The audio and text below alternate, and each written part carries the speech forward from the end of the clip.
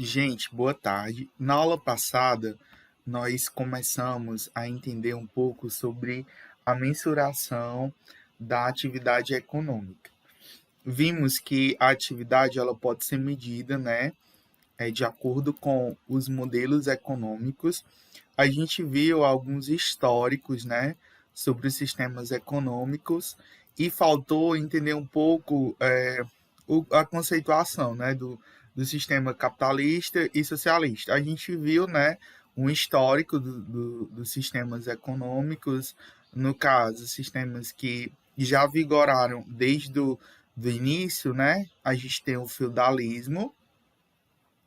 O feudalismo era caracterizado pelo acúmulo basicamente de propriedades de terras e era feita basicamente uma troca de serviços, né, pela questão da moradia, né, e da comida que aqueles senhores feudais ofereciam.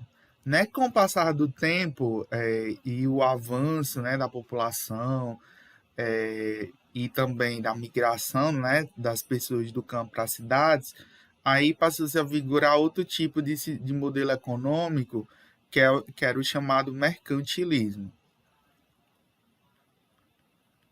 Esse modelo era basicamente caracterizado pelo escambo.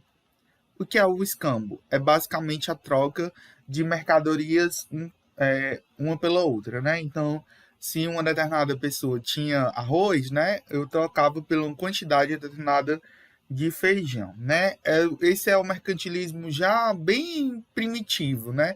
Bem primórdios, até porque antes, né, antes de se inventar a moeda em si, né? É lógico que com a invenção da moeda propriamente dita, esse escambo ainda existia, né? Porque a moeda em si não era todo mundo que aceitava, né? Depois de um certo tempo é que só se aceitou a questão da moeda. Então, durante muito tempo, a prática do escambo foi praticada, né? Pelas sociedades, principalmente lá na Europa. Então, o escambo praticamente vigorou há muito tempo, né?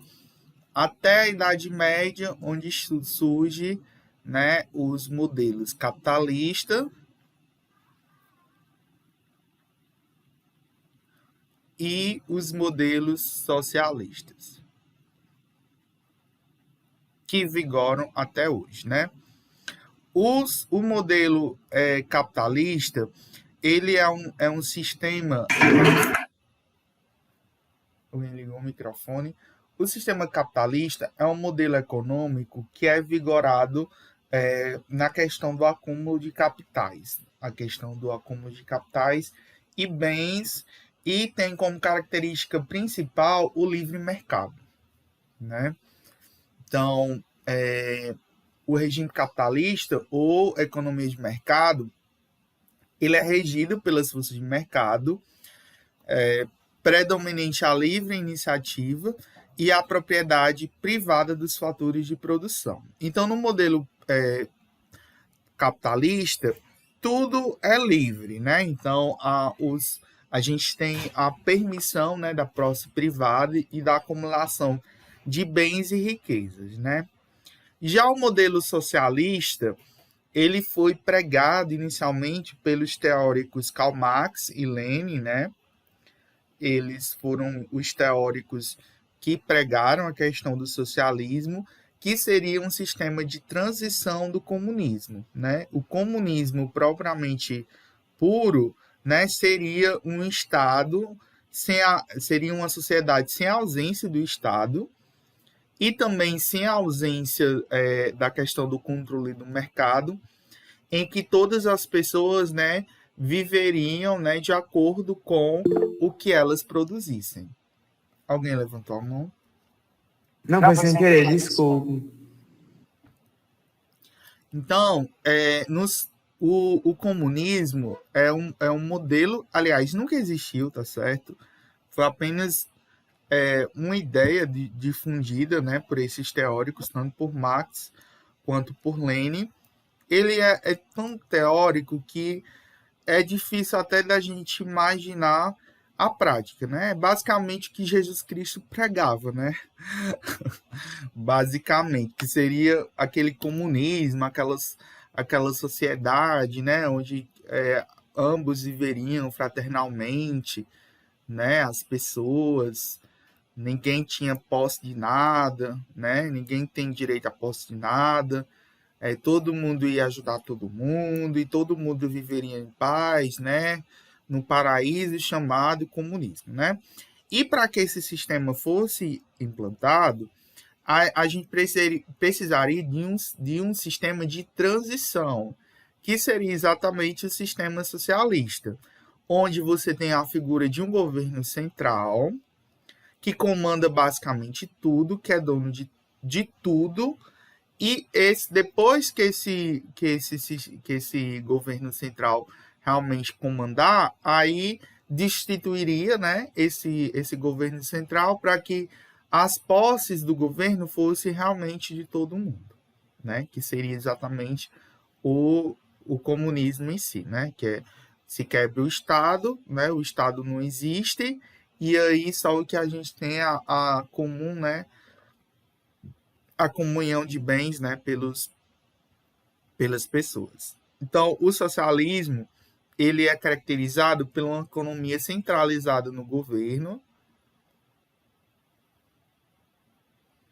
ou seja, é uma economia planificada em que as questões econômicas fundamentais são resolvidas pelo órgão central, né, de planejamento predominando a propriedade pública dos fatores de produção. Pode falar, Carolina. Então, no caso, Lenin e Karl Marx, eles defendiam o socialismo, era? Sim, o socialismo como um modelo de transição para o comunismo, né? Certo. Lá Lenin, ele foi um dos principais, ele junto com Karl Marx, né? Ele difundiu essas ideias do comunismo e as ideias foram que meio deturpadas, né? As ideias do comunismo. Porque eu sempre achei que eles defendiam o capitalismo por conta daquele negócio de luta de classes e tal. Na realidade, eles criticavam o capitalismo, né? Tanto Lenin quanto Karl Marx, eles vão criticar o capitalismo, Entendi. é, aquele capitalismo pregado por Max Weber, né? Max Weber, Emile Durkheim. Max Weber, inclusive, é um dos principais teóricos. Ele que fundou a teoria da burocracia, né? Da administração. O Max Weber é um sociólogo bastante importante, né? E ele é um dos sociólogos que mais vai definir a questão do capitalismo, né? Assim como agora não vai fugir o nome da minha mente. Não é Dewey, não. Depois eu lembro. Então, o capitalismo, tanto Marx como Lenin, eles criticavam o capitalismo, porque o capitalismo é um sistema econômico que explora as pessoas.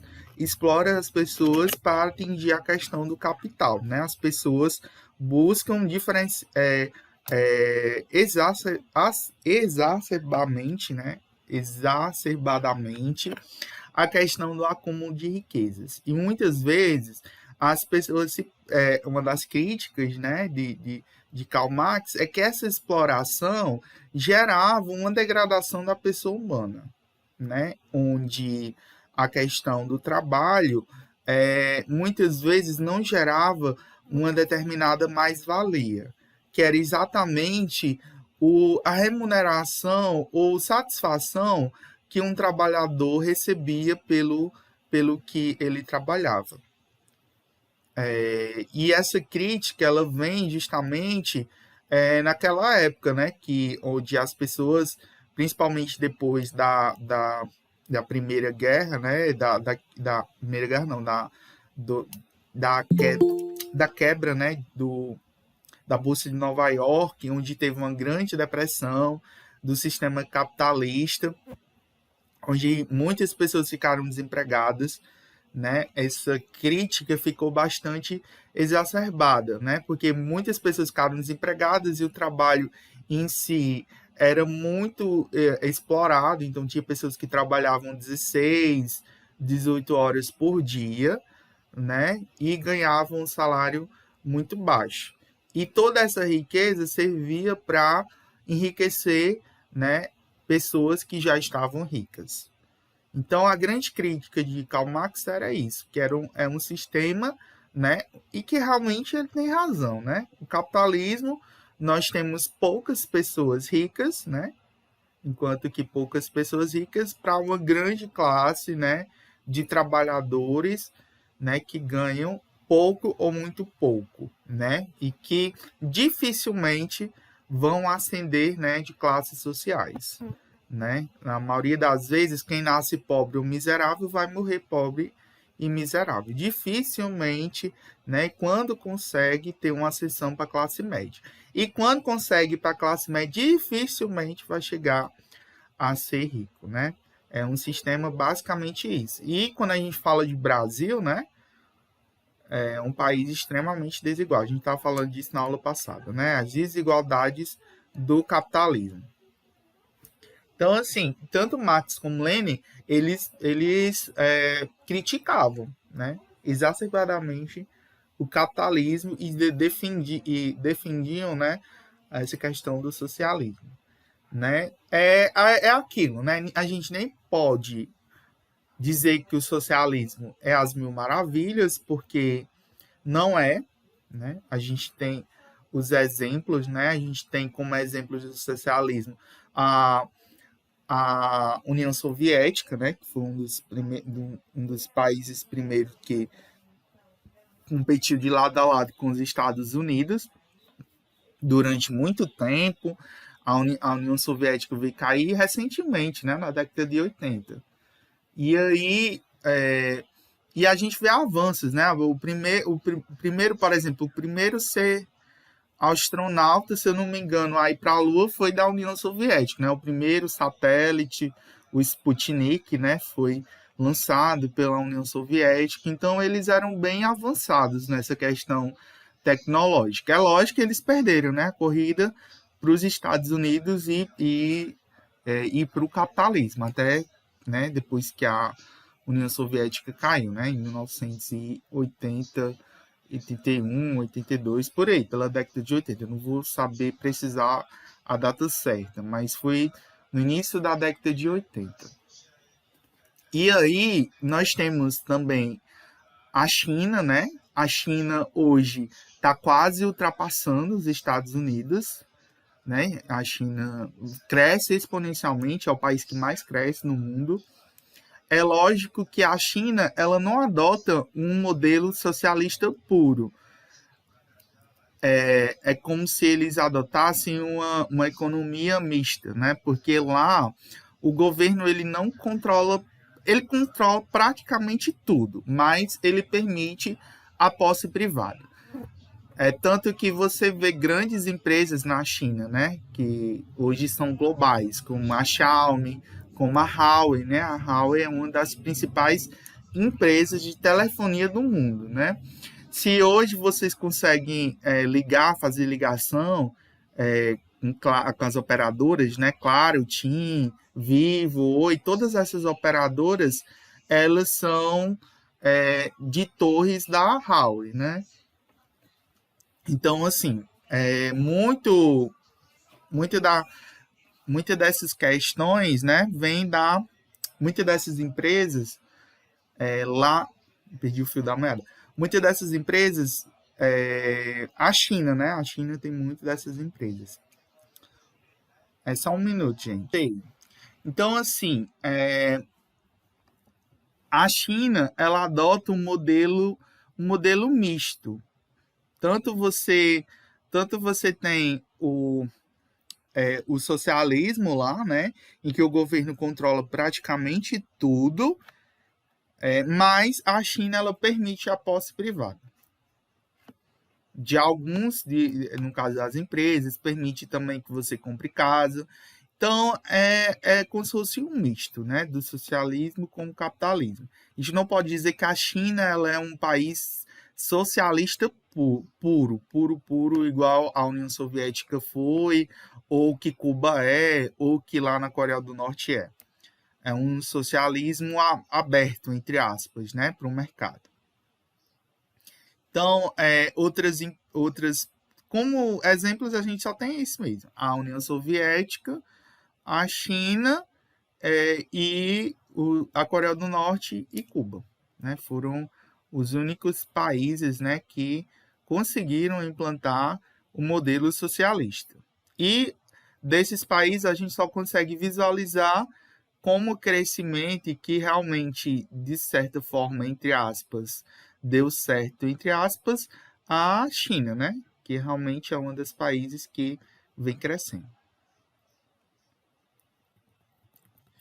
Aí vamos agora para o funcionamento de uma economia de mercado, né? Os fluxos reais e monetários. Quem pode me ajudar na leitura dessa parte da apostila? Eu posso. Eu posso ler? Pode ir, Caroline. Eu leio uma parte, eu leio outra. Pronto, pode ser. Não se preocupe não, que só o que vai ter é a leitura. Agora que definimos os conceitos de modelo econômico e sistema econômico, estamos prontos para discutirmos um dos modelos básicos da ciência econômica. Já sabemos que a economia consiste de milhões de pessoas envolvidas em diversas atividades de compras, vendas, trabalhos, contratações, fabricação e assim por diante. Para entender como a economia funciona, devemos encontrar alguma forma de simplificar a nossa reflexão sobre todas as atividades. Em outras palavras, precisamos de um modelo que explique, em termos gerais, como a economia está organizada e como os participantes da economia interagem uns com os outros. Para entender o funcionamento do sistema econômico, vamos supor uma economia de mercado que não tenha interferência do governo e não tenha transações com o exterior, ou seja, economia fechada. Os agentes econômicos são as famílias e as empresas. As famílias são proprietárias de fatores de produção e os fornecem às empresas, através do mercado do trabalho, fatores de produção. As empresas, através da combinação dos fatores de produção, produzem bens e serviços e os fornecem às famílias por meio do mercado de bens e serviços. Então, nesse exemplo aqui, que ele vai dar para um modelo de economia de mercado, ele está dando um exemplo aqui de uma economia fechada, que isso não existe, né? É só um exemplo fictício de uma economia. Pensei num país em que você não tem governo, né? Você só tem os únicos agentes econômicos são as famílias e as empresas. É como se fosse os Estados Unidos, mas só que não é porque os Estados Unidos ainda têm controle, né? Tem algumas estatais, mas seria um país que você só tem empresas, né, privadas e famílias, né, que consomem e também que são proprietárias, né, dos fatores de produção. Quando eu falo de fatores de produção, eu estou falando de mercadorias, de bens, de serviços, de tudo que você pensar, né, que é produzido, né, tanto de produtos, de serviços por uma determinada sociedade. Então, aqui, você tem, de um lado, você tem a oferta dos produtos e serviços. Então, essa oferta de produtos e serviços é dada pelas empresas privadas. E, de outro lado, você tem a demanda. Essa demanda seria a procura, seria o interesse de compra desses produtos e serviços que são fabricados no mercado. Então, essa procura, ela vem exatamente das famílias. Então, esse seria um modelo básico, né, de uma economia. De um lado, você tem empresas que oferecem produtos e serviços, e de outro lado, você tem famílias e pessoas que precisam, que necessitam desses produtos e serviços. Aí ele fala assim: no entanto, o fluxo real da economia só se torna possível com a presença da moeda, que é utilizada para remunerar os fatores de produção e para o pagamento dos bens e serviços. Desse modo, paralelamente ao fluxo real, temos um fluxo monetário da economia. Aí aqui, assim, de certa forma, de forma resumida, pode-se dizer que num sistema econômico existem dois fluxos. Aqui, nesse primeiro exemplo aqui, você está considerando só as famílias e as empresas, você tem uma oferta e demanda, mas você não tem o intermediário que faz a ponte dessa oferta e dessa demanda. Ou seja, para uma família que adquirir um certo produto, um serviço, ele necessita dar algo em troca, né? Nesse caso, a gente necessita de uma moeda, né? De uma moeda para que essa transação, esse modelo econômico aconteça. É por isso que todas as economias do mundo funcionam com uma moeda, justamente para que essa moeda sirva como elemento de troca universal para todos os produtos e serviços, né, ofertados, né, por essa economia. Então, aqui nesse exemplo do fluxo monetário, você tem as famílias, as empresas, né, que justamente são remuneradas pela moeda, né? Então, para que eu possa comprar um determinado produto e serviço, eu necessito ter um certo valor, né? Me desprender de um certo valor monetário. E para que esses produtos e serviços sejam produzidos, eu também tenho que remunerar as famílias. Então, vejam que é uma troca, né? As empresas, elas pagam, né? Pagam as famílias ou os produtores, trabalhadores, pelo seu trabalho, e, em consequência, essas mesmas famílias consomem, né, produtos e serviços das empresas. Então, meio que uma troca, né? De um lado, entra e sai capital, né, desses dois agentes econômicos. Então, você tem aí, né, o fluxo real e o fluxo nominal monetário, formado pelos bens e serviços, né, no caso o fluxo real, e o fluxo nominal monetário é formado pelo pagamento produzidos, né, no sistema econômico, além dos fatores de produção que recebem durante o que também recebe o nome do processo produtivo. Então, também ficou meio confuso, né, o texto aí, eu não entendi muito bem não, mas vamos passar aqui. Outro modelo clássico dentro da economia é o modelo de oferta e demanda, né? Vamos aqui, quem pode ler essa parte do modelo de oferta e demanda? Esse daqui Eu posso. Pronto. Pode ler, Maria Clara. O modelo de oferta e demanda que você irá explicar no exercício anterior está baseado... Pode pular para cá, porque aqui ele fala de exercício, pode começar aqui, demanda de mercado. Demanda de mercado. A demanda ou procura pode ser definida como a qualidade de um determinado bem ou serviço. Definida ou como... serviço que os consumidores desejam adquirir em determinado período de tempo. A procura depende de variáveis que influenciam a escolha do consumidor. São elas os preços do bem de serviço, o preço dos outros bens e a renda do consumidor, e o gosto ou preferência do indivíduo. Para estudar-se a influência dessas variáveis, utiliza-se a hipótese dos caracteres paribus, ou seja, considera-se cada uma dessas variáveis afetando separadamente as decisões do consumidor. Há uma relação inversamente proporcional entre a qualidade, procura e o preço do bem.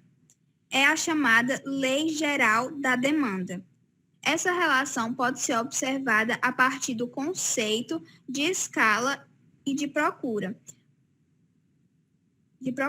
Curva de procura ou função demanda. Obrigado, Clara.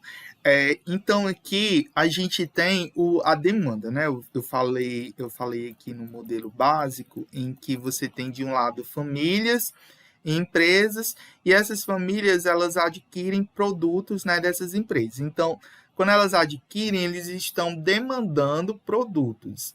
Então, o que seria demanda? Demanda nada mais é do que a procura por um determinado bem ou serviço. E aí, quando você tem uma função inversa da procura com o preço, com a questão do preço do bem, né? A quantidade procurada e o preço daquele bem ou serviço, né? É a chamada lei da demanda, né? O que acontece quando um produto sobe de preço, né? O que acontece com a demanda? Né? Quando você tem, por exemplo, a gasolina, por exemplo, está bem alta, né? O preço de um bem, né? Você está perguntando o quê? Se... Eu acho que eu não fui muito claro, né, na minha pergunta. Vamos lá, vamos pensar no exemplo. A gasolina eu acho que é difícil de vocês visualizarem. Vamos trazer um exemplo mais fácil de vocês perceberem. Por exemplo, um exemplo que está permeando o universo de vocês. Um iPhone 12, né? Um iPhone 12. Um iPhone 12, por exemplo. O preço dele é basicamente 12 mil reais, né? Sim, hoje em dia, 12 mil reais. Vocês acham que com alto preço, muita gente ou pouca gente vai procurar comprar um iPhone 12? Pouco, muito pouco. Pouca gente. Então, quanto maior o preço, menor a demanda. É o que está falando aqui de variáveis inversas, né? Assim, enquanto um sobe, menos vai demandar. E o contrário também é verdadeiro. Quando um preço de um produto cai, né? O que acontece com a demanda? Né? Por exemplo, você tem uma promoção de um determinado produto no shopping. O que acontece com as pessoas? Começam a comprar, né? Assim, então aumenta a demanda. Quando o preço cai, aumenta-se a demanda, né? Assim, pelo aquele produto. Pelo menos tende a aumentar. Se o preço cai, as pessoas buscam a comprar, né? Enquanto ele está barato, né? Então, essa é a lei básica da economia de demanda. Quanto maior o preço, né? Menor a demanda e vice-versa. Se for menor o preço, mais alta vai ser a demanda. Quando a gente olha para... mais na frente vai ter a lei em si, né?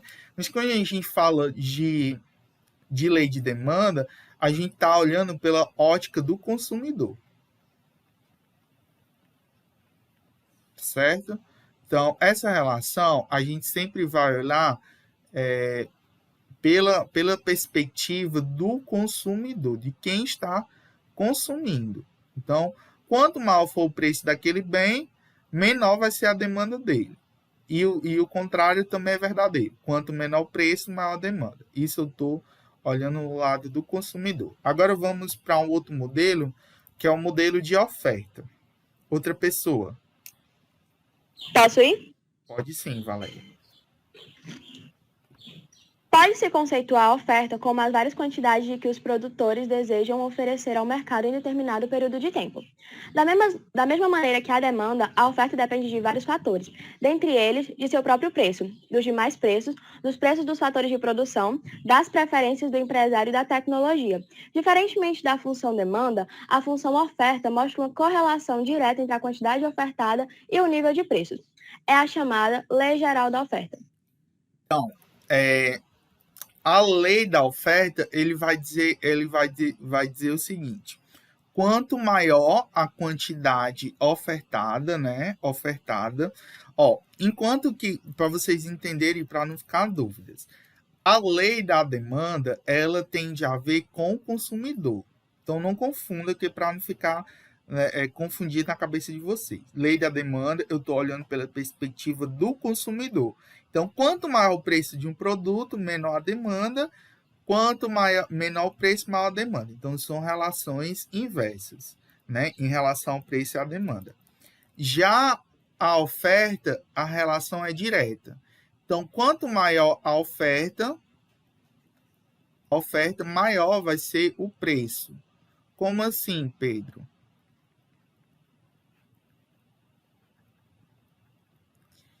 E quanto menor for a oferta, são relações diretas. Quanto menor for a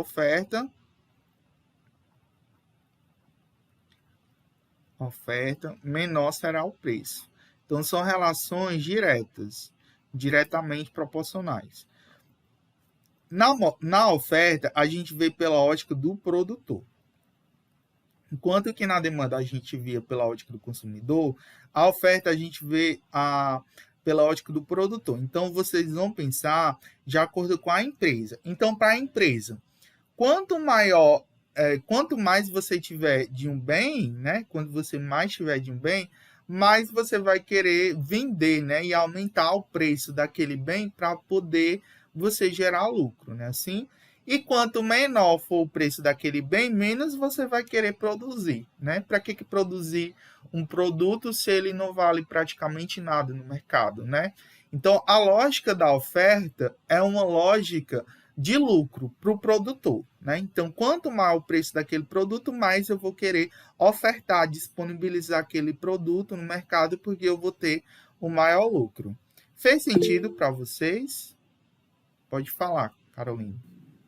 Esse daí foi um fator da crise de 1929, tipo assim, a superprodução que os Estados Unidos fez, aí quando ele, tipo assim, ele estava ofertando serviços para Primeira Guerra Mundial, né? Era assim? Não, aí a queda de 1999 teve vários fatores, né? 29, né? De 1929. Teve vários fatores, mas o que foi que aconteceu? Várias empresas que estavam atuando na Bolsa de Nova York quebraram, né? Em consequência, também pode ser que tenha consequência com a guerra e tal, mas o que foi que aconteceu? Várias empresas grandes daquela época quebraram, de vários fatores, né? Desde a economia que não ia muito bem, a questão do mercado em si, a demanda e oferta de produtos daquelas empresas não ia tão bem. Então acabou que a maioria das empresas quebraram e a bolsa quebrou como um todo.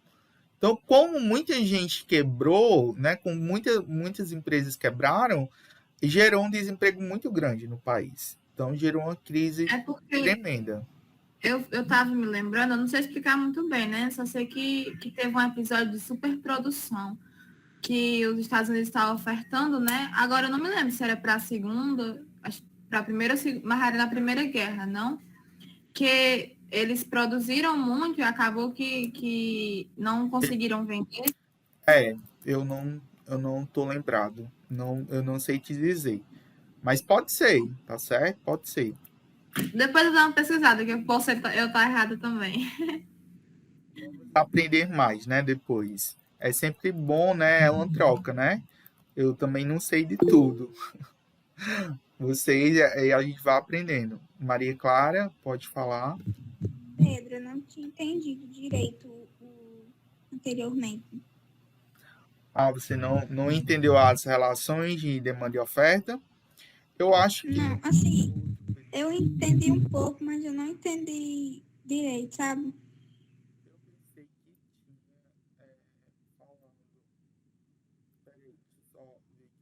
Eu pensei que na apostila tinha... Tem não. Tá aqui mesmo. Eu pensei que tinha um conceito lá, lei de demanda, lei de oferta. Eu acho que é mais para frente, mais para frente, acho que é no outro PDF, mais para frente, aí quando a gente estiver calculando as leis de demanda e oferta, aí vai aparecer. Mas aqui é só para vocês realmente terem uma ideia do que seria a lei de demanda, o que seria a demanda e seria a oferta. A lei de demanda, ela é assim, a demanda em si, só recapitulando, a demanda em si é a procura por um determinado bem ou serviço. Então, quando você está procurando comprar um determinado produto ou serviço, você está demandando aquilo. E a demanda, ela tem uma relação inversa com o preço. Então, quanto maior for a demanda de um determinado produto, né? Quando você tem uma grande demanda por um produto, o que acontece com o preço, né? Tende o preço, no caso, tende a... no caso aqui é uma relação inversa, né? Se a demanda é alta, o preço, na maioria das vezes, é baixo. Peraí, é isso mesmo? Acho que eu expliquei o contrário. É isso mesmo. Então, quando você tem um preço muito alto, a demanda tende a cair, então, de um determinado produto. Então, o iPhone, né? O exemplo do iPhone ou de um produto muito caro. Quando o produto é muito caro, tende a demanda a diminuir. Então, isso na ótica do consumidor. Se a demanda é muito cara, né? Se o produto é muito caro, demanda não, se o produto é muito caro, a procura por aquele produto tende a diminuir, porque o preço é tão caro que pouca gente vai conseguir comprar, né? Então, a demanda, a procura vai ser pouca. Essas pessoas vão procurar bens substitutos ou produtos mais baratos que estejam de acordo com a capacidade, né, de compra dessas pessoas. Então, quanto o preço for mais alto desses produtos, menos eles vão conseguir comprar. Então, menor vai ser a procura, né, a demanda. Em consequência, o contrário também é verdadeiro. Quando você tem um baixo preço, né, de um determinado produto, o produto está um pouco baixo de preço, tende a aumentar a demanda, né? Tende a aumentar a demanda por aquele bem, né? Se muita gente está comprando, né? Se o preço está muito baixo, muita gente vai tender a comprar. Tá certo? E a oferta, a demanda você olha pela ótica do consumidor. A oferta você olha pelo aspecto do produtor. Então, para o produtor, ele sempre vai procurar maximizar o lucro, ou ele vai sempre procurar ganhar mais, né? Assim, então, quanto maior for a procura por um determinado produto que ele está vendendo, mais ele vai querer aumentar o preço, né? Então, pela lógica do produtor, ele sempre vai querer maximizar o lucro. Então, quanto maior o preço de determinado bem, mais ele vai querer ofertar aquele bem, disponibilizar aquele bem no mercado. Já o contrário também é verdadeiro. Quanto menor aquele preço, né, menor vai ser a oferta, né, para aquele produto, né? Porque basicamente ninguém vai querer comprar, então o preço tende a cair, né? Quando ninguém quer comprar um determinado produto, né? As lojas geralmente oferecem descontos, né? Justamente porque a oferta é baixa. Então, lei de oferta, pensa na ótica de quem está produzindo, da empresa que está vendendo. Lei da demanda, pensa na ótica do consumidor. Deu para entender?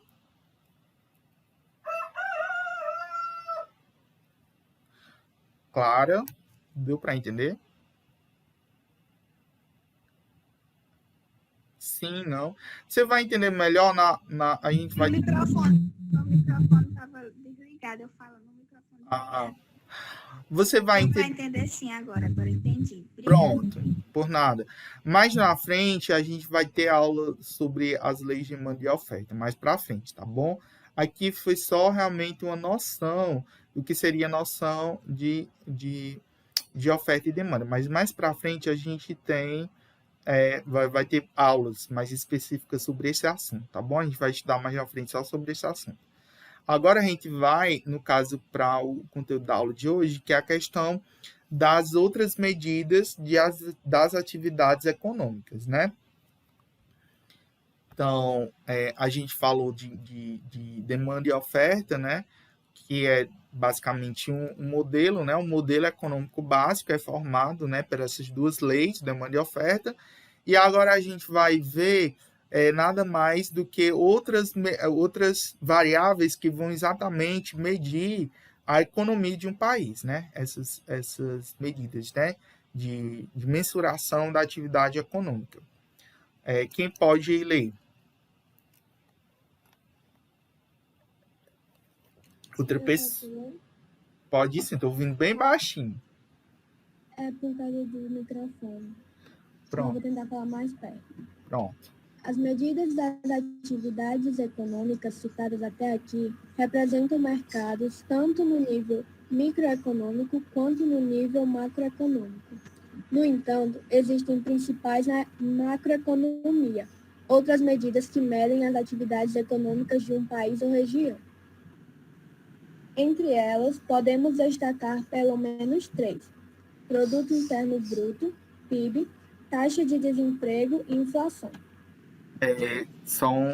Então, aí nós temos as 3 variáveis, né, as 3 medidas econômicas ou macroeconômicas principais. O PIB, que eu acredito que vocês já ouviram falar, que é a soma, a gente vai já ver a questão do conceito de PIB, mas é basicamente tudo que o país produz, né, em um determinado período de tempo. A taxa de desemprego, que é formado, né, pela quantidade de pessoas que estão procurando, a quantidade de pessoas ativas que estão procurando trabalho, né? É importante frisar isso. A taxa de desemprego é formado pelo total de pessoas economicamente ativas, ou seja, acima de 18 anos, e que não estão aposentadas, né? E que estão procurando trabalho. Então, para você estar desempregado, existe uma diferença em quem não trabalha e quem está desempregado. Para você ser desempregado, você deve estar à procura de emprego, tá certo? Pelo menos o que é considerado, as pessoas que são consideradas por cálculo, né, do desemprego. E a inflação, né, que vocês já ouviram falar, né, escutam falar todo dia no jornal, né? A inflação está alta, né? Inclusive, nós estamos vivenciando o período em que a inflação está mais alta. Eu vou até mostrar para vocês o site do Banco Central, depois eu mostro. Então, vamos lá, PIB.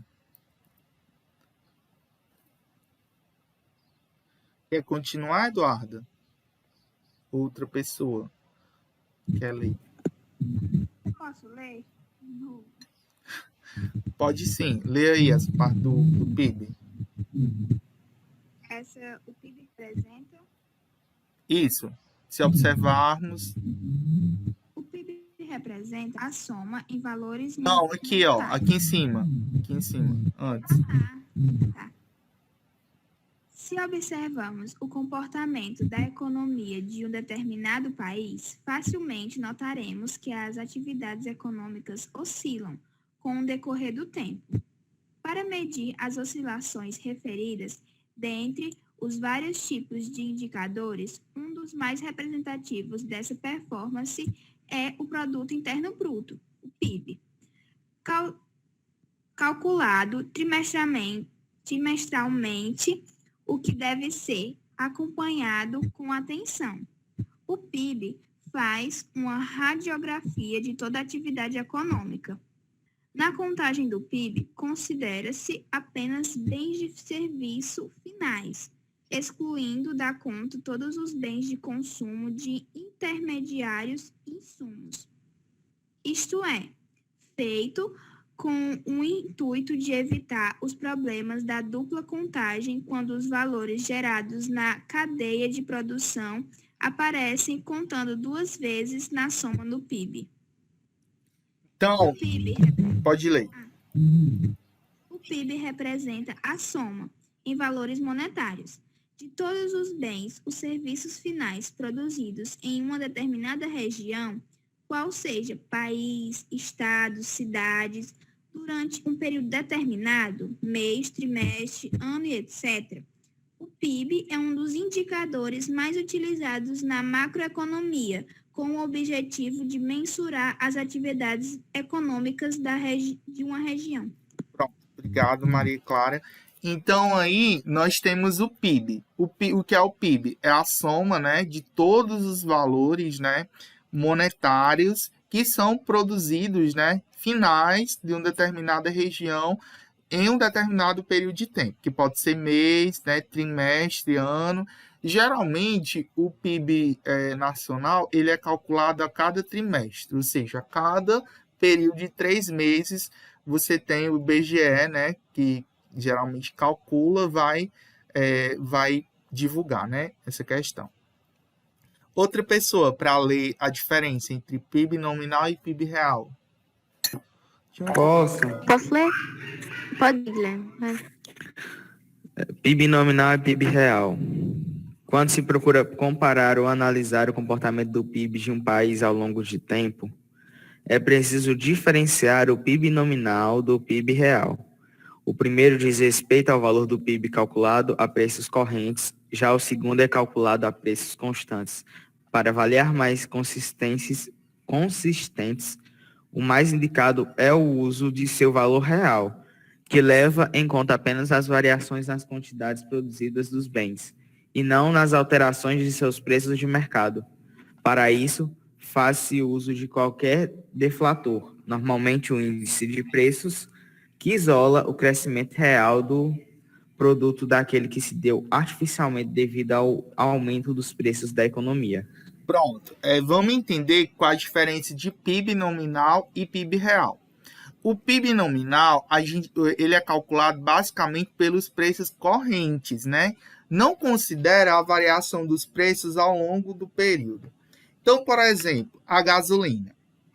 A gasolina no começo desse ano custava, se eu não me engano, uns 5 e pouco, né? Acho que uns 4 e pouco. Nós estamos em agosto, né? Hoje são 16 de agosto. Eu acho que em janeiro desse ano, há 8 meses atrás, a gasolina custava de 4 para 5 reais. Eu acho que uns 5 e pouco. Nós estamos em agosto.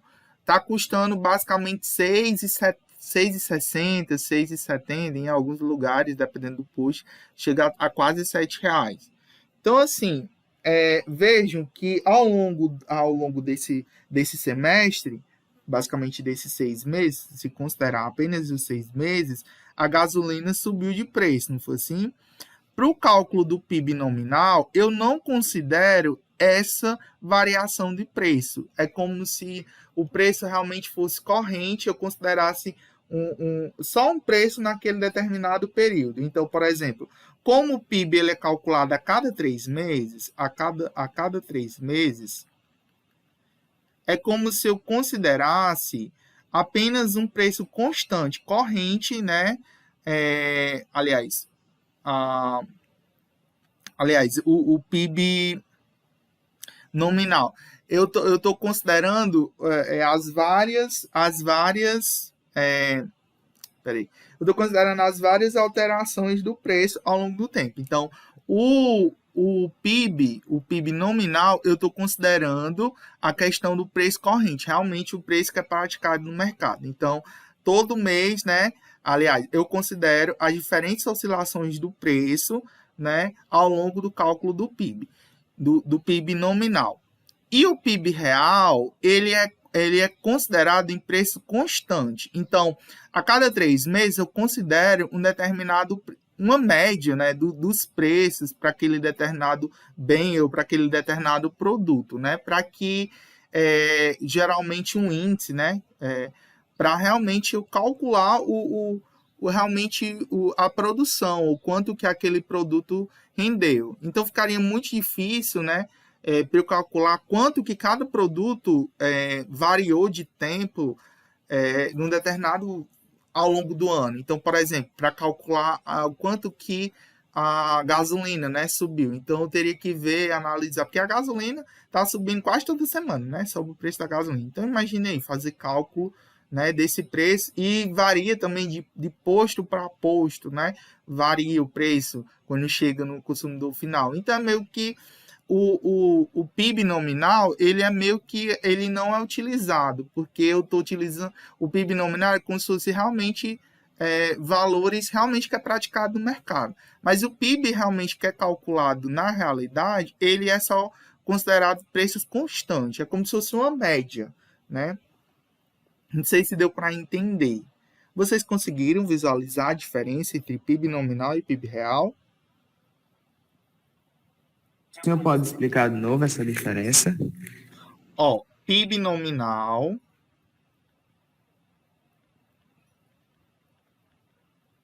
considera preços correntes. Preços correntes é o que pode mudar, Exatamente. Aumentar, diminuir. Isso mesmo. E o PIB real o preço é constante. Ou seja, é como se fosse uma média. Não é considerado o preço de cada período, é como se fosse uma média, né? Uma média dos preços, né? Uma média das variações. Nos preços correntes, eu estou considerando realmente o preço que é daquele produto em cada mês, né? Em cada período de tempo, que é o PIB, seria o PIB nominal, né? E o PIB real, ele é um preço mais constante, né? Uma média do preço. Deu para entender?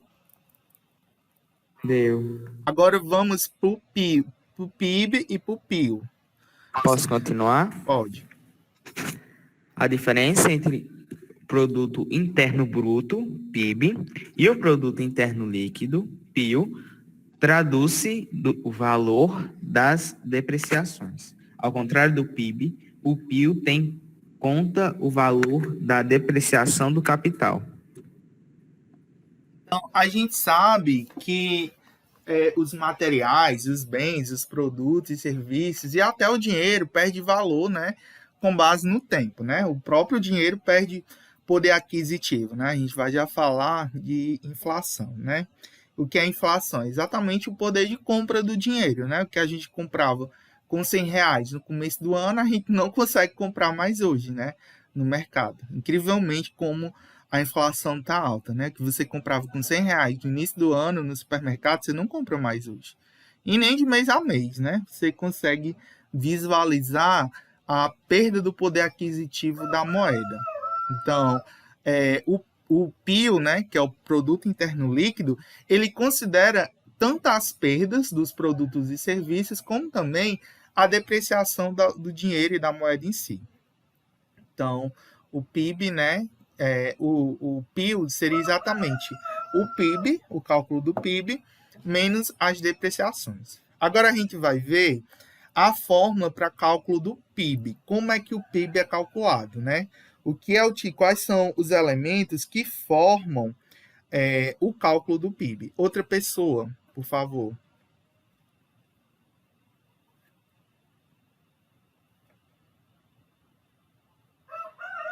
Era a Eduarda Rodrigues que estava querendo ler. Teve uma pessoa que queria ler que não conseguiu. Era Valéria. Ah, era Valéria.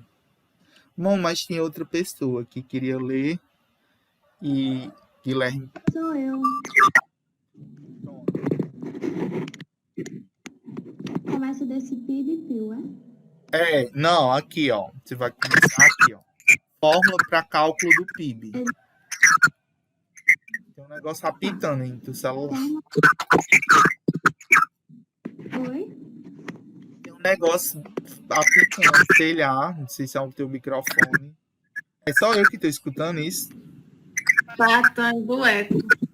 É o eco, não? Tá. Deve ser, porque tá no top.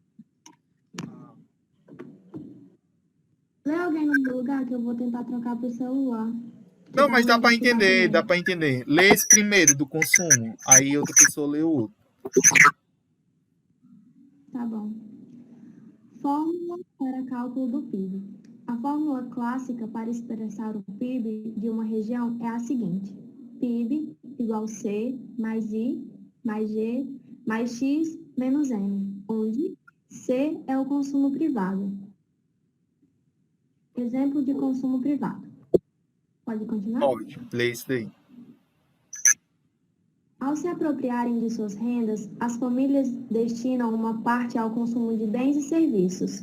Quanto mais as famílias consumirem, mais as empresas terão que produzir para suprir as demandas por bens e serviços de pessoas.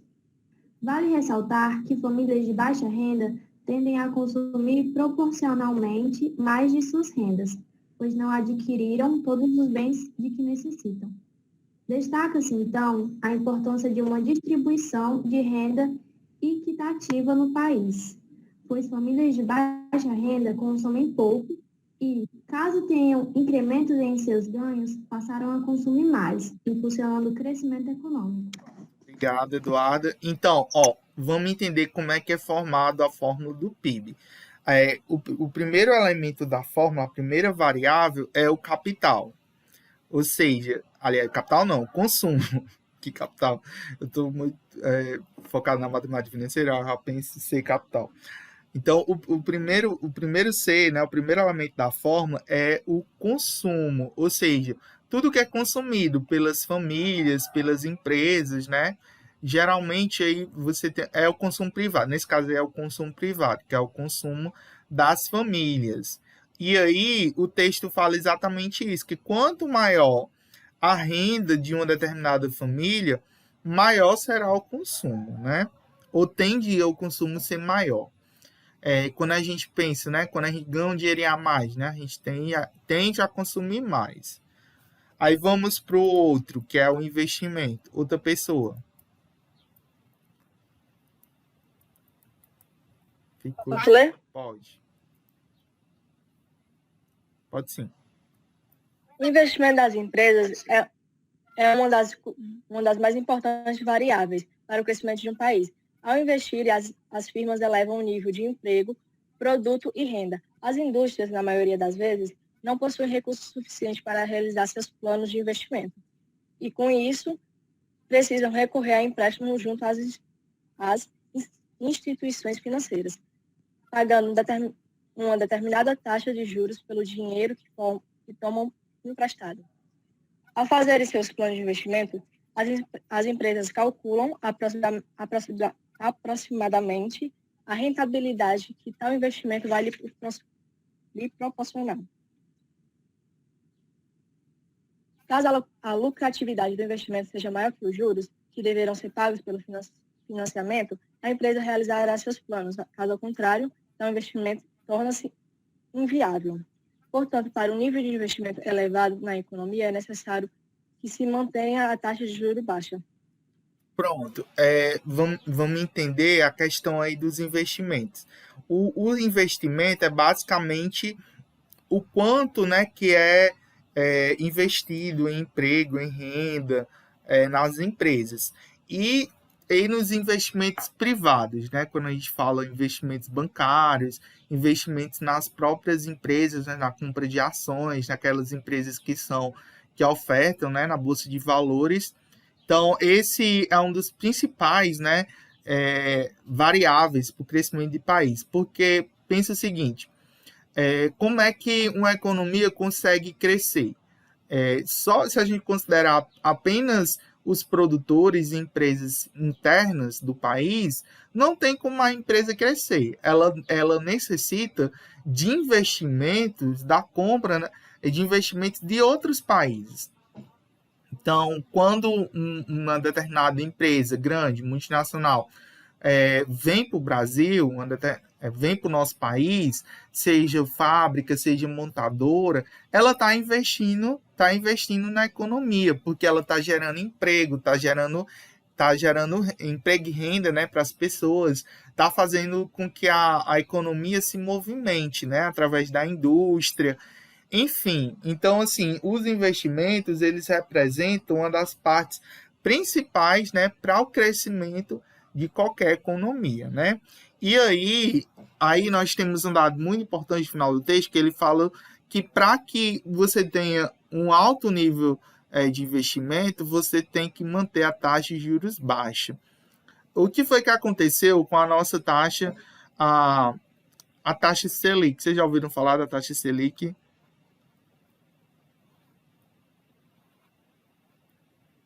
Já ouviram falar? Eu não. Nunca ouviram falar? Já. Eu não. Já sim. Já sim, né? O que é a taxa Selic? O que é a taxa Selic? A taxa é o juros. É uma taxa de juros, mas que taxa de juros é essa? De banco. Sim, de bancos, de tudo. É a taxa básica de juros da economia. Quando vocês ainda vão falar muito ainda dessa taxa, né? Ao longo de todo o curso de finanças, vocês vão ouvir falar, e durante a vida toda de vocês, vocês vão ouvir falar sobre a taxa Selic.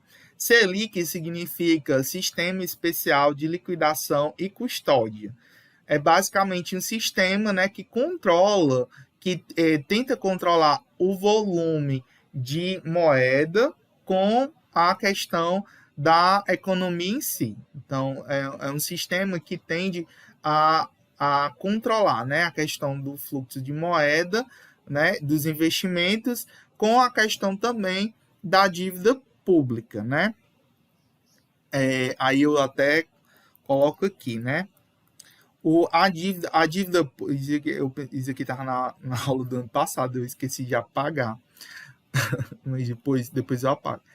Eu acredito que eu até compartilhei esse arquivo com vocês, com esse negócio aí riscado, mas depois eu apago e posto de novo.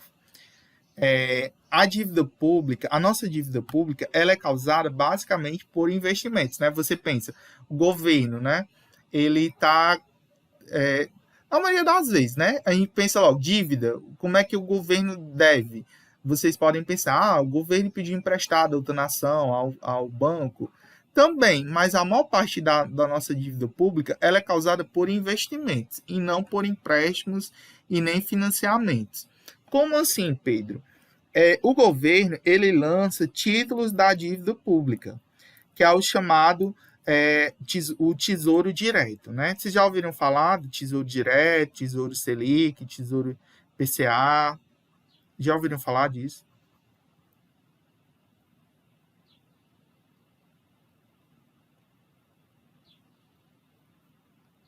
Já ouviram falar do Tesouro Direto? Eu não. Pronto. O Tesouro Direto é uma modalidade de investimentos do governo. Então, o governo lança títulos da dívida pública. O que são esses títulos? São basicamente investimentos. Então, tanto as pessoas físicas como as empresas compram esses títulos da dívida. Quando eu compro um título da dívida pública, eu estou basicamente emprestando dinheiro para o governo. E por que eu vou comprar um título da dívida? Porque quando eu compro é um tipo de investimento. Então, quando eu compro um título da dívida, o governo, depois de um determinado tempo, e aí tem os tipos, né, de tesouro, tem o Tesouro IPCA, o Tesouro Selic e o Tesouro Prefixado. Quando você investe, ao final do investimento, você vai receber o que você investiu, mais uma taxa de juros. Aí você tem os tipos, né, de tesouro. Você tem o Tesouro Selic, que é exatamente, ele rende a taxa Selic, né? A nossa taxa Selic hoje está em 5,25% ao ano. Mas no começo do ano, ela estava em 2%. Esse 2% foi o menor patamar da taxa Selic de todos os tempos, né? Desde que ela foi criada. Foi o menor patamar. Por que essa taxa estava tão baixa? Porque a nossa economia não estava bem, né? O que foi que aconteceu ano passado? Em todo mundo. O que foi que aconteceu ano passado? Em todo mundo. Hein? A pandemia? A pandemia, né? A pandemia do coronavírus. Essa pandemia afetou todas as economias mundiais, inclusive o Brasil, que já estava, né? Já estava ruim, né? Já estava a passos ruins. E aí, para que a economia pudesse crescer, o que foi que o governo fez para tentar angariar investimentos? Baixou a taxa de juros, né? Aqui, ó. Para que você tenha, né, um aumento a taxa de juros da economia, você tem que manter a taxa de juros baixa, né, para que você possa acontecer isso. Só que quando você baixa a taxa de juros, você tende a o que acontece? As pessoas tendem a consumir mais, porque o crédito fica mais barato, né? As pessoas tendem a comprar mais, porque tudo fica mais barato. Então, como a taxa de juros está baixa, para quem quiser fazer empréstimo, financiamento, fica mais barato porque as taxas de juros ficam mais baratas. Então, os produtos financeiros, tudo fica mais, de certa forma, mais barato o crédito, né? Quando eu falo mais barato, eu estou falando do crédito.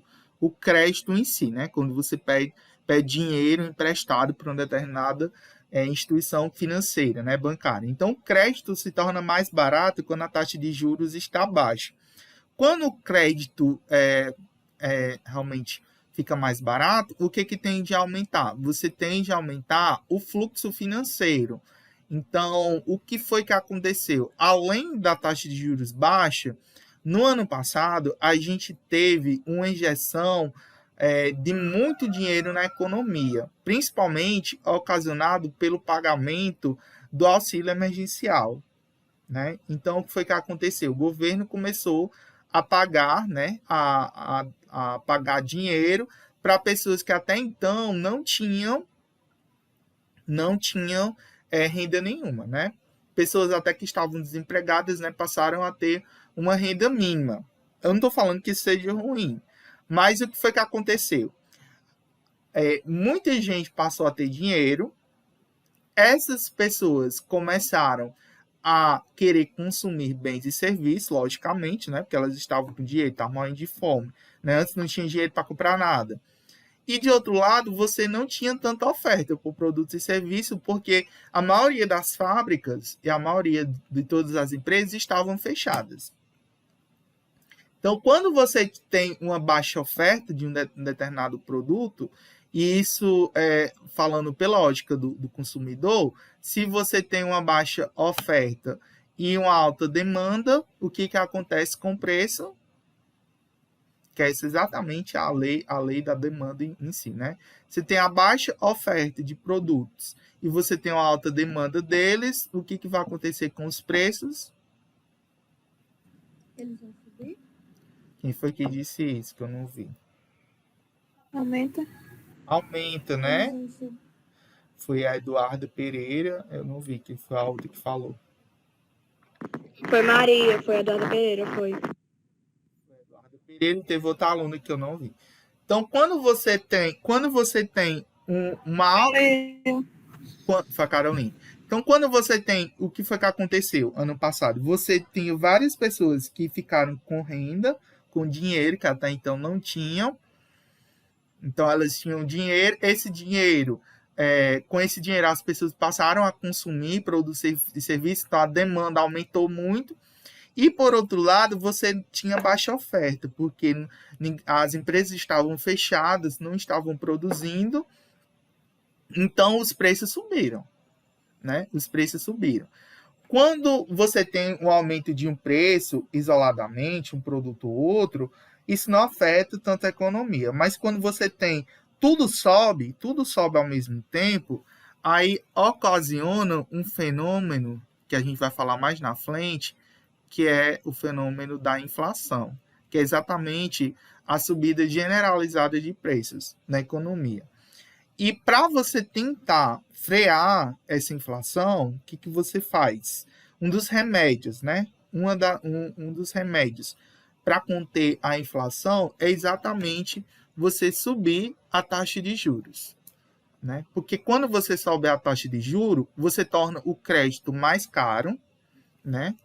Então, as pessoas, para conseguirem dinheiro, para conseguirem dinheiro, fica mais caro, né? Para elas terem empréstimos e financiamentos. Então, elas param de comprar. E tudo fica mais caro, né? Os produtos ficam mais caros em si, né? Quando a taxa de juros sobe. Então, as pessoas deixam de consumir, as pessoas param, né, de consumir aqueles bens caros, param, de certa forma, de demandar produtos e serviços, porque os produtos ficam tão caros, né, com as taxas de juros elevadas, que os produtos ficam caros e aí tende a diminuir a demanda. Se diminuir a demanda, aí você controla, né, a subida generalizada de preço, né, diminuir a inflação. Deixa eu só mostrar para vocês os gráficos aqui. Aqui a gente está no site do Banco Central, tá certo? Para entrar nesse site, é só você colocar lá no Google Banco Central do Brasil, né? Que vocês vão entrar. Aí vocês conseguem achar. É o primeiro site, só colocar lá, Banco Banco Central. Eu vou entrar aqui para vocês. É o primeiro site, Banco Central. Ó, aqui a gente tem, ó, quando vem aqui, a gente tem o panorama econômico. Vou só mostrar para vocês a questão da inflação e da taxa Selic.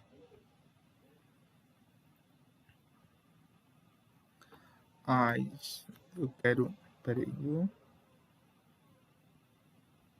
Como é que aumenta o gráfico?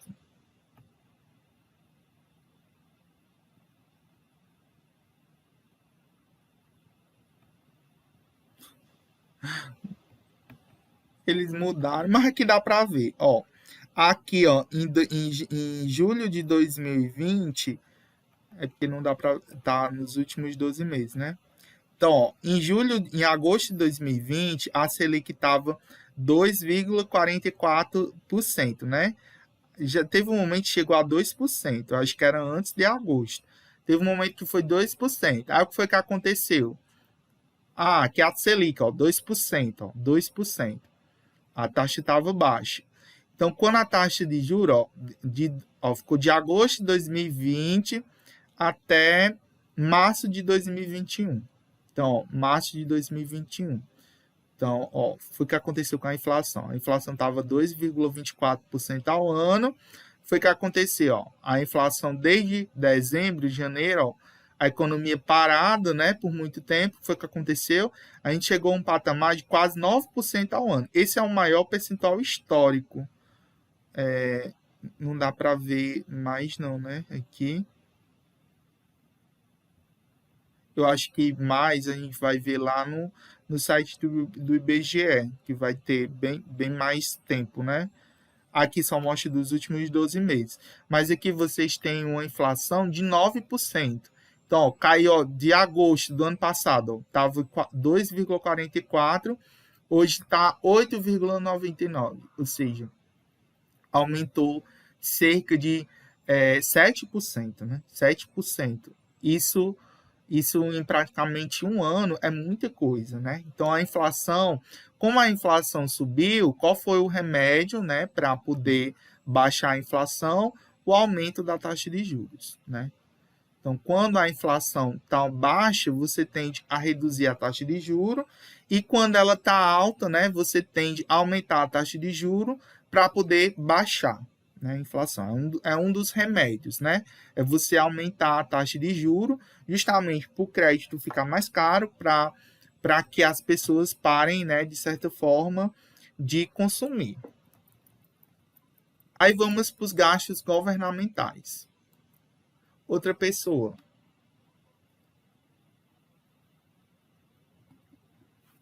Os gastos governamentais. Quem pode aí?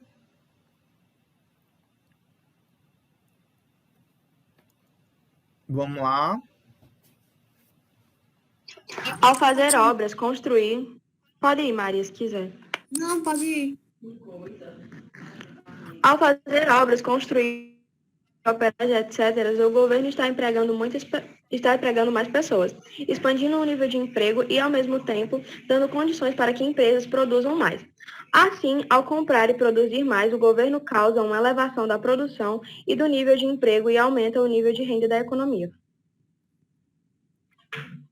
Pronto. Então, os gastos é exatamente o que o governo gasta em si com obras, né? Que é para construir, enfim, né? Aqui a gente está considerando só os gastos governamentais. A gente não está considerando a questão da dívida pública, tá certo? Como eu falei, a dívida pública ela é feita por investimentos e não por empréstimos, tá certo? Aí nós temos o X, que é o volume de exportação, que é tudo que o país exporta, né? Exporta para fora. E o M seria as importações, né? Que é tudo que o país compra, né? De outros produtos. Então, a fórmula para o PIB é basicamente essa. Você tem o consumo, mais os investimentos, mais os gastos do governo, mais as exportações, menos as importações. Então, consumos, investimentos, gastos, exportação e importação.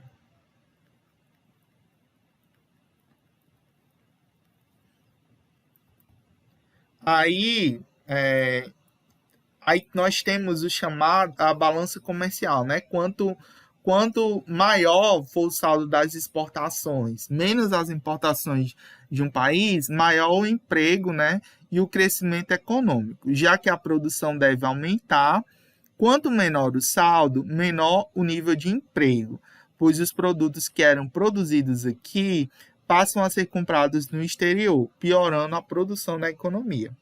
É óbvio que nenhum país fica sem comprar ou vender para o exterior, mas o ideal é aumentar o nível de exportações e diminuir o nível de importações, né? Então, o ideal é você sempre exportar mais do que importar, né? Então, quando você tem essa balança, né? Você pega as exportações menos as importações, quando o saldo é positivo, né? Isso é o que a gente chama de balança comercial. Falta um N. Eu costumo engolir a letra. Balança comercial. Então, o que é a balança comercial? Exatamente a diferença das exportações menos as importações de um determinado país, né, ao longo de um determinado período de tempo. Então, quando esse saldo é positivo, né, isso é ótimo para o país, porque significa, né, que o país está crescendo.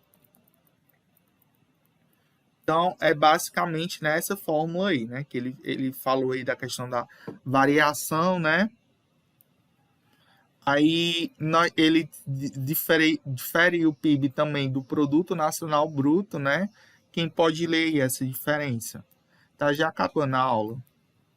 Tá já acabando o PDF. Aonde ler? Aqui, ó. PIB e PNB.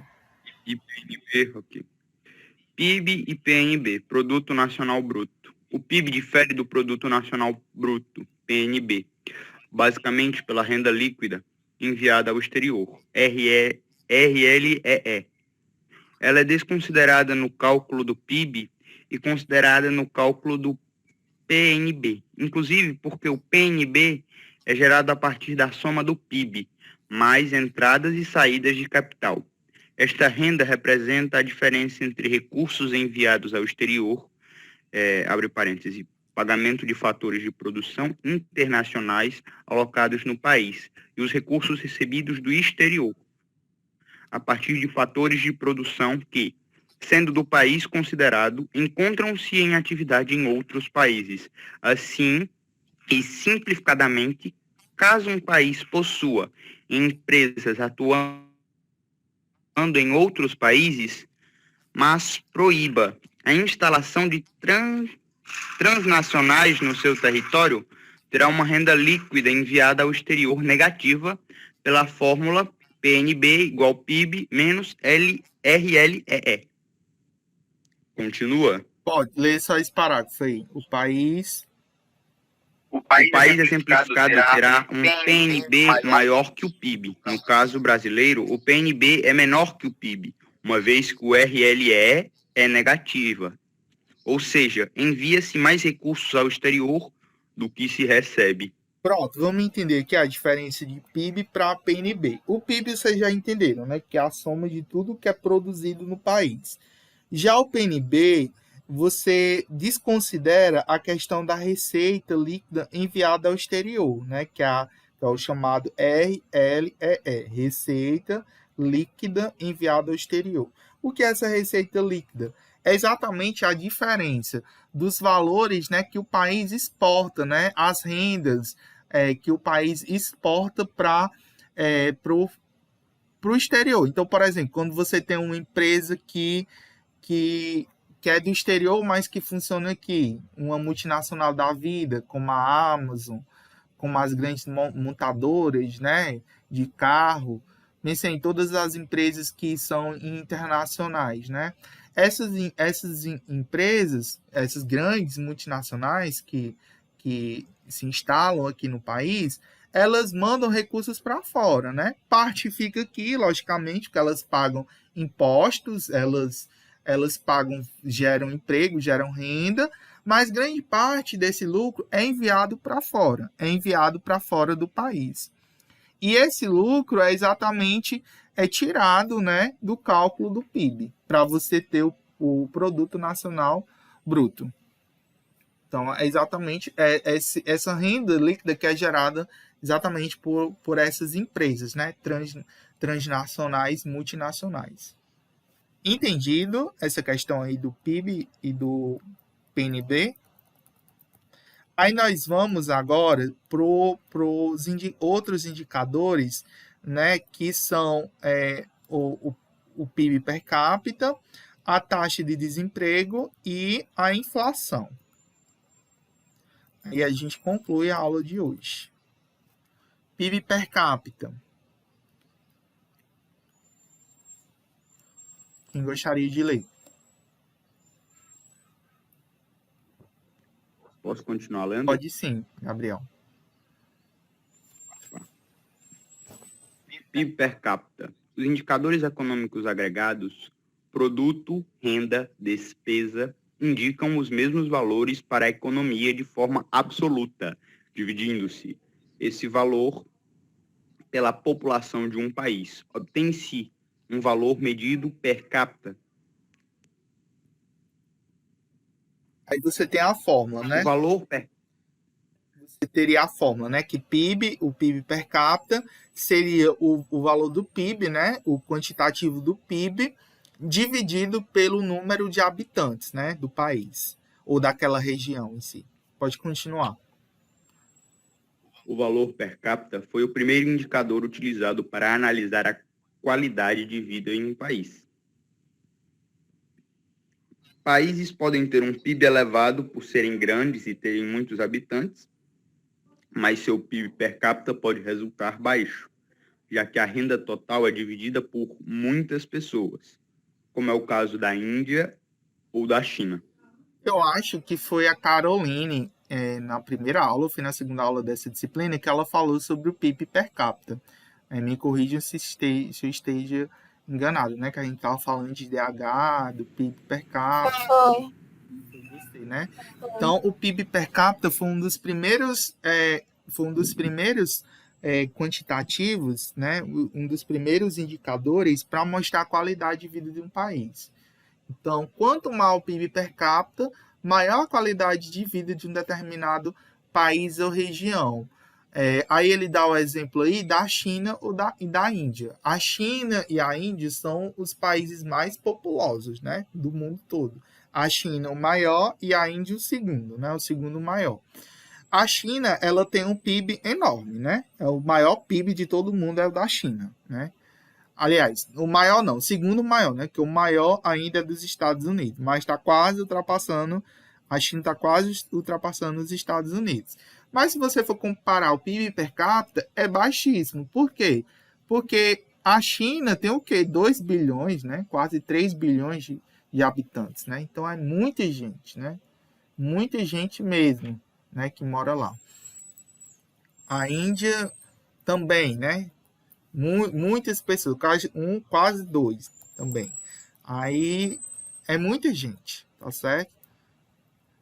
Países como a Noruega, pode continuar, Gabriel. Países como a Noruega e a Dinamarca exibem um PIB moderado, mas que é suficiente para assegurar uma excelente qualidade de vida a seus poucos milhões de habitantes. Atualmente, usam-se outros índices, que revelam o perfil da distribuição de renda de um país, tais como o coeficiente de Gini, ou mesmo índices desenvolvidos pela sociologia, como o Índice de Desenvolvimento Humano. Para se obter uma avaliação mais precisa do bem-estar econômico desfrutado por uma população. Então, aí, países que têm um PIB baixo, né? Ele deu o exemplo aí da Noruega, Dinamarca, Suíça. Eles têm um PIB bem baixo, mas em comparação, pelo número de habitantes que tem lá, né? As pessoas vivem uma excelente qualidade de vida, né? Tem uma excelente qualidade de vida. A maioria das pessoas são de classe média para rica, né? Lá não tem pobreza nem miséria, né? São pessoas que realmente têm uma excelente qualidade de vida. Aí, hoje, para a gente analisar a questão da qualidade, né, da renda de vida das pessoas em determinado país, quais são os principais indicadores que a gente utiliza? O PIB per capita, o IDH e o coeficiente de Gini. O coeficiente de Gini, ele mede o grau de desigualdade de um país.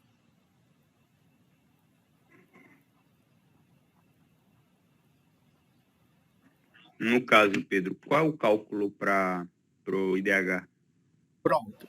O IDH, é feito meio que uma média ponderada e eu considero três variáveis. Eu considero a questão da mortalidade infantil.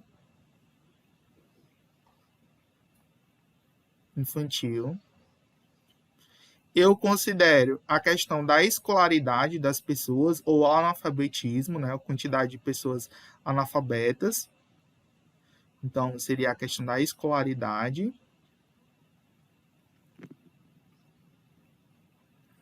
E a questão do saneamento básico.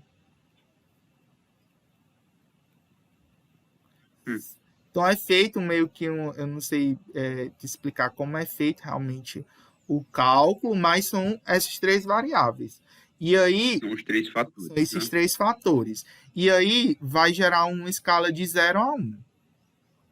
É um cálculo que é feito considerando esses três fatores e é uma escala que vai de 0 a 1.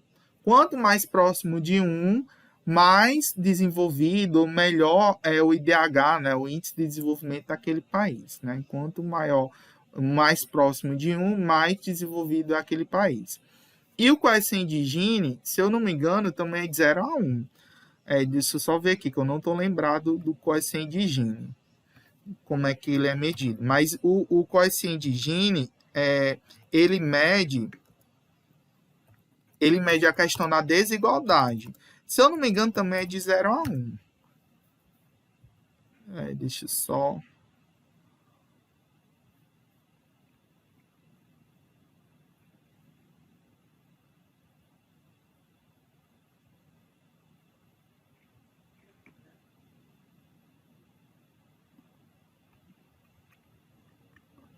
Vamos olhar na Wikipédia. Cadê a Wikipédia? A coragem de olhar a Wikipédia e confiar. Para algumas coisas você pode confiar. No caso, isso aqui é uma coisa básica, você pode confiar. No caso aqui, o coeficiente de Gini consiste em um número de 0 a 1, como eu tinha falado, né? De 0 a 1. Onde 0 corresponde à completa igualdade, né? E 1 seria a completa desigualdade. Então, é basicamente igual ao IDH, só que é meio que invertido. Enquanto para o IDH, quanto mais próximo, melhor é. Quanto mais longe, melhor é, no caso do Gini. Né? Exatamente. Quanto mais próximo de 0 para o Gini, melhor é. Então, o 0 seria a igualdade total. Não teria desigualdade naquele país. Então, quanto mais próximo de 1, pior é. Mais desigual o país é.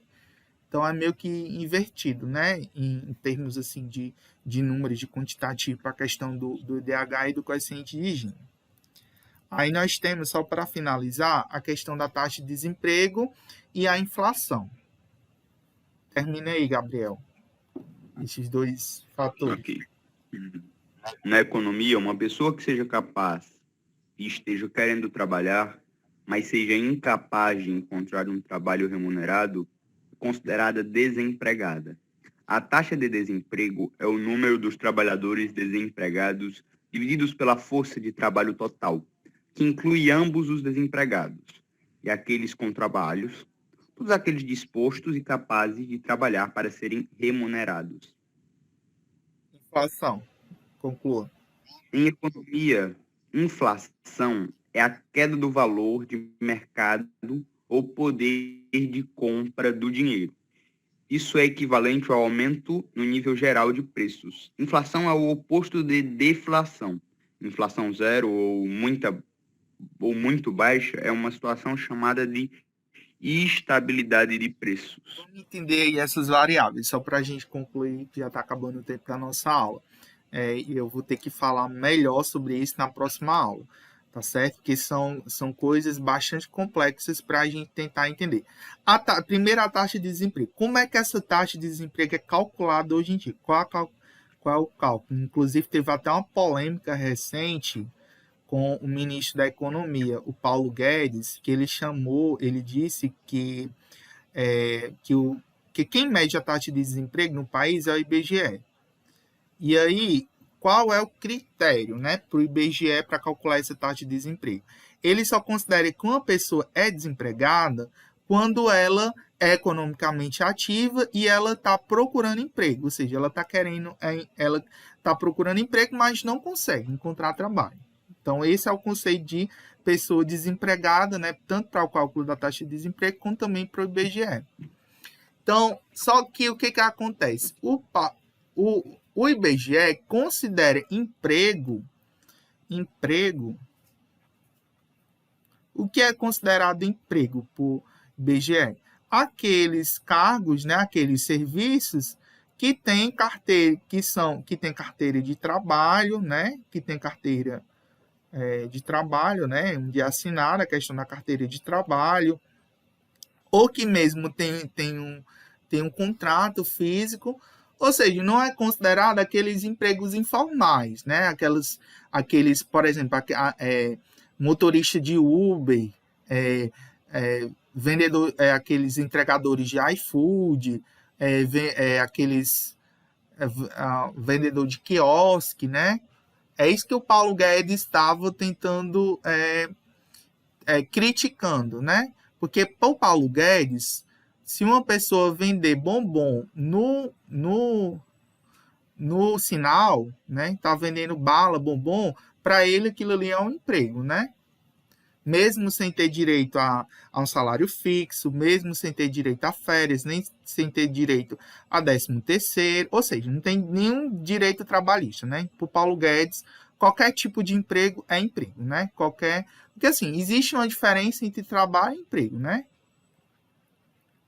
Vocês sabem dizer qual é a diferença de trabalho para emprego? Alguém saberia me dizer qual é a diferença de trabalho para emprego? Meu filho, esqueci. Trabalho é tudo que você faz. E emprego é quando você financia, quando você ganha, alguém troca. Acertou o trabalho e errou o emprego. Eu posso. Pode, Pierre. Ai. Trabalho é uma coisa muito mais, a gente pode se dizer, formal, uma coisa que você pensa em que aquilo pode ser levado para o futuro e que tem um planejamento. O emprego é algo corriqueiro, meio que você só faz aquilo realmente por causa do dinheiro. Não necessariamente. Vamos entender. Trabalho. É que mesmo que a Guilherme se lembra, né, Guilherme, que a gente tinha feito, acho que no mundo do trabalho, que teve uma atividade parecida. Foi. Por isso que eu disse que eu tava me esquecendo. Empreendedorismo, não? Na verdade, foi empreendedorismo. Primeira aula. Vamos entender. Para que vocês fiquem, né, com a... Não estou dizendo que eu sou dono da verdade, mas vamos entender. Trabalho é qualquer atividade desempenhada por uma pessoa, né? Pelo um ser humano. Então, qualquer atividade economicamente, né, remunerada é um trabalho. Então, por exemplo, se eu for no sinal vender bala, vender bombom, eu estou executando um trabalho. Mas esse trabalho não necessariamente é um emprego. Porque para ser um emprego, esse trabalho precisa estar amparado, né, por um contrato, por um vínculo trabalhista, né? Eu preciso ter uma fonte de renda certa, eu preciso ter condições mínimas para aquele trabalhador, eu preciso ter direitos para aquele trabalhador, direitos como um salário, pelo menos um salário mínimo, direito a férias, a 13º. Então, a nossa legislação trabalhista considera empregos como aqueles trabalhos que são devidamente remunerados e que têm uma relação, né? Uma relação contratual, né? E munida de direitos, né, para aquele trabalhador. Então, o emprego, ele é um trabalho mais sofisticado, né? O trabalhador tem direitos. Eu achava que era o contrário, professor. Não. O trabalho é qualquer serviço desempenhado. Pode pesquisar, pode procurar, que você vai encontrar exatamente isso. Eu acabei de pesquisar, tá aqui. Apesar das duas palavras serem usadas, eu falei para o senhor, né? Só que aí depois fiquei com dúvida, eu pesquisei aqui. Aí aqui está dizendo, apesar das duas palavras serem usadas para explicar o ofício, na prática, trabalho e emprego são bem diferentes. Enquanto o trabalho está ligado a objetivos e realizações profissionais, emprego é simplesmente uma forma de conseguir renda. A fonte, né? Aí a gente vai para a fonte. Ó, eu vou ler aqui a primeira definição que apareceu no Google. Trabalho é um conjunto de atividades para geralmente alcançar um objetivo que pode ser remunerado ou não, né? Você executa, existe até o trabalho voluntário, né? Já o emprego é uma atividade que se realiza com o intuito de se obter renda, né? Aí ele vai falar, apesar das palavras serem com significados diferentes, a maioria das pessoas utiliza trabalho e emprego como sinônimos. Esse aqui é não sei nem onde é que for, mas se a gente for ter, ó, pelo site aqui do governo, né? Trabalho e emprego. Eu acho que aqui não vai ter a diferença, não. Eu queria um site assim bem confiável, né, para poder dar a definição para vocês.